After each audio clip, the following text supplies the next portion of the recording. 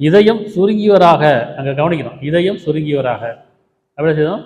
ஒரு துன்பம் வரும்போது, ஒரு கஷ்டம் வரும்போது, ஒரு சங்கடம் வரும்போது இதயம் சுருங்குதுங்க.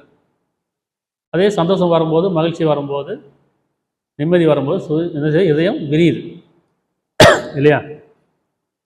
இப்போ இதயம் சுருங்கி விரிய தன்மை இருக்குது. நம் தூதர்கள் லூத்திடம் வந்தபோது, வானவர்கள் அந்த லூத் நபி அந்த சமுதாயத்தில் வந்தபோது மக்களை பற்றி அவர் பெரிதும் கவலை கொண்டார். இதயம் சுருங்கியவராக இது நெருக்கடி மிக்க நாளாகும் என்று அவர் கூறினார்.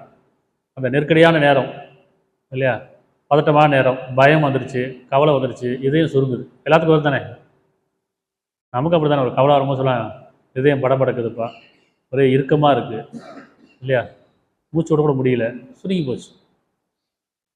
பெருமூச்சு விடுவாங்கல்ல, ஒரு சந்தோஷமான விஷயம் வந்து பெருமூச்சு விடுவாங்க, அப்போ விரியுது.